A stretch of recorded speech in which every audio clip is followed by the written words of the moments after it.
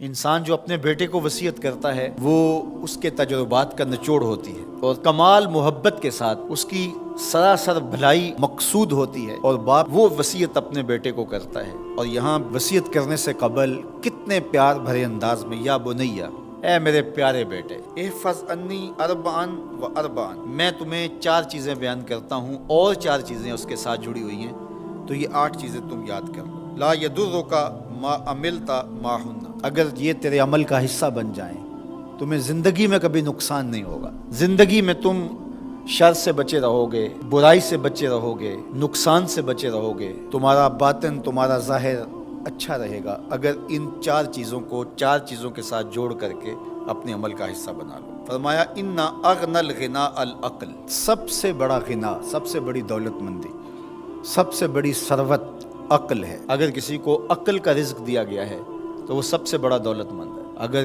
اس کے پاس مال و متاع بہت سارے ہیں لیکن بے وقوف ہے تو وہ دولت مندی نہیں ہے۔ وَأَكْبَرُ الْفَقْرِ الْحُمْقُ، اور سب سے بڑا فقر اور سب سے بڑی محتاجی جہالت ہے۔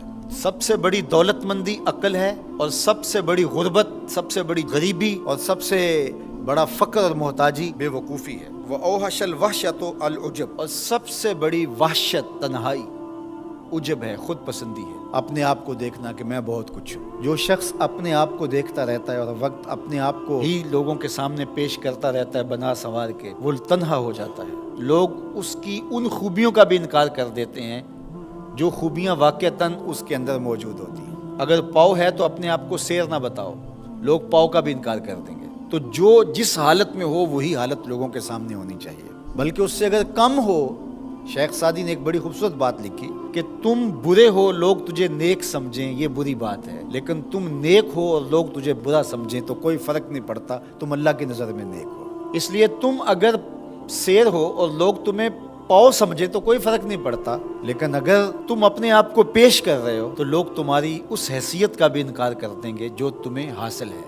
وَأَكْرَمُ الْحَسَبِ حُسْنُ الْخُلُقِ، سب سے اچھا جو حسب و نسب ہے وہ کیا ہے؟ میں فلاں ہوتا ہوں، میں فلاں ہوتا ہوں، میں فلاں کا بیٹا ہوں، فلاں قبیلے سے میرا تعلق ہے، میرا باپ بڑا امیر کبیر تھا۔ اپنا حسب نامہ اس طرح لوگ پیش کرتے ہیں، مجھے جانتے ہو کہ میں فلاں ابن فلاں ہوں۔ سیدنا علی المرتضیٰ فرماتے ہیں بہترین جو حسب ہے جو آپ پیش کرتے ہیں وہ کیا ہے؟ حسن الخلق، تمہارے اخلاق کیسے ہیں، تمہارا خلق گواہی دے گا کہ تم اچھے خاندان کے چشم و چراغ۔ مشکانست کے خود ببوئت نہ کہ عطار بگوئت۔ فارسی کا ایک مقولہ ہے کہ خوشبو وہ ہوتی ہے جو خود بتائے کہ میں خوشبو ہوں۔ خوشبو بیچنے والا بتاتا پھر ذرا سونگھ کے دیکھیے یہ بڑی اچھی خوشبو ہے، ذرا سونگھیے، کہا یہ بتانے کی ضرورت نہیں۔ حضرت علی المرتضیٰ فرماتے ہیں تمہارے خلق کی خوشبو سے لوگ سمجھ جائیں گے یہ کون ہے، تمہارے اخلاق اتنے اچھے ہوں کہ لوگ پہچان جائیں تم کون ہے۔ تو بہترین حسب و نسب کیا ہے؟ اپنے بیٹے حضرت امام حسن رضی اللہ تعالیٰ عنہ کو بتا رہے ہیں، مجھے بتائیے امام حسن سے بہتر نسب اور حسب کس کا ہو سکتا ہے؟ رسول اللہ کی بیٹی کے بیٹے، امام الاولیاء کے فرزند ہیں، رسول اللہ کے نواسے ہیں، بنو ہاشم کے چشم و چراغ ہیں۔ تو انہیں یہ نہیں کہا کہ تم یہ بتاتے پھرنا، بلکہ کہا کہ تمہارا خلق گواہی دے کہ میں محمد کا نواسا ہوں، تمہارے اخلاق گواہی دیں کہ میں نے فاطمہ کا دودھ پیا ہے، تمہارا کردار گواہی دے، تمہاری شجاعت گواہی دے کہ تم علی کے فرزند ارجمند ہو۔ اللہ اکبر۔ پھر حضرت علی المرتضیٰ رضی اللہ تعالیٰ عنہ ان چیزوں کو بیان کرنے کے بعد فرماتے ہیں یا بنیا، اے میرے بیٹے، ایاک والمصادقہ الاحمق، بے وقوف شخص کی دوستی سے ہمیشہ بچنا۔ فإنہ یرید ان ینفعک فیضرک، وہ دل سے چاہے کہ تمہیں نفع پہنچائے لیکن اپنی جہالت کی وجہ سے، اپنی بے وقوفی کی وجہ سے تمہیں نفع نہیں پہنچا سکے گا، تمہیں نقصان پہنچا دے گا۔ کہا جاتا ہے کہ بے وقوف دوست سے دانا دشمن اچھا ہے، تو وہ اسی قول کا مفہوم ہے۔ آپ نے اپنے بیٹے حسن کو یہ نصیحت کی، یہ نصیحت پلے باندھنے، اور کبھی بھی جاہل اور بے وقوف سے دوستی نہ رکھیں، اس سے رویہ اچھا رکھیں، سلوک اچھا کریں، اس کے لیے خیر کا ذریعہ بنیں آپ۔ یہ مطلب نہیں کہ بے وقوف کو آپ سلام بھی نہ کریں، لیکن دوستی اعتماد آپ اس پہ نہیں کر سکتے۔ وَإِيَّاكَ وَمُصَادِقَةَ الْبَخِيلِ، اور بخیل سے کبھی بھی دوستی نہ لگانا۔ فَإِنَّهُ يَبْعُدُ عَنْكَ أَحْوَجَ مَا تَكُونُ إِلَيْهِ، اس لیے کہ جب تجھے انتہائی ضرورت کا وقت آئے گا تو وہ تجھ سے دور ہٹ جائے گا، اور تو اس پہ توقع لگائے ہوئے ہوگا کہ میرا دوست ہے اور اوکھے ویلے میرے کام آئے گا، لیکن اوکھے ویلے وہ کام نہیں آئے گا۔ تو بخیل سے دوستی کا رب نہیں رکھنا۔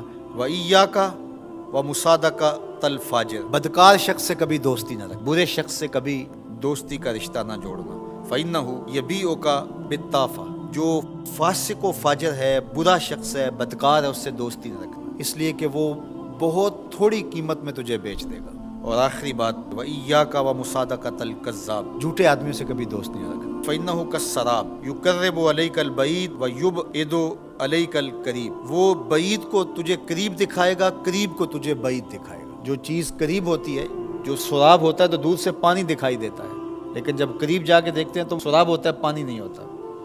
تو کہا وہ بھی سراب کی طرح ہوتا ہے، کذاب، جھوٹ بولنے والا، جو تجھے وہ نقشہ کھینچے گا جو ہوگا نہیں، تجھے وہ چیزیں بتائے گا جو نفس العمل میں نہیں ہوں گی، اور تو ایک مغالطے میں مارا جائے گا۔ یہ ہے حضرت سیدنا علی المرتضیٰ رضی اللہ تعالی عنہ کے وہ اقوال نور، جن کی گہرائی، گیرائی اور حکمت سے بھرے ہوئے یہ کلمات سے پھوٹتے ہوئے اجالے ہماری زندگی کو ایک اسلوب دیتے ہیں۔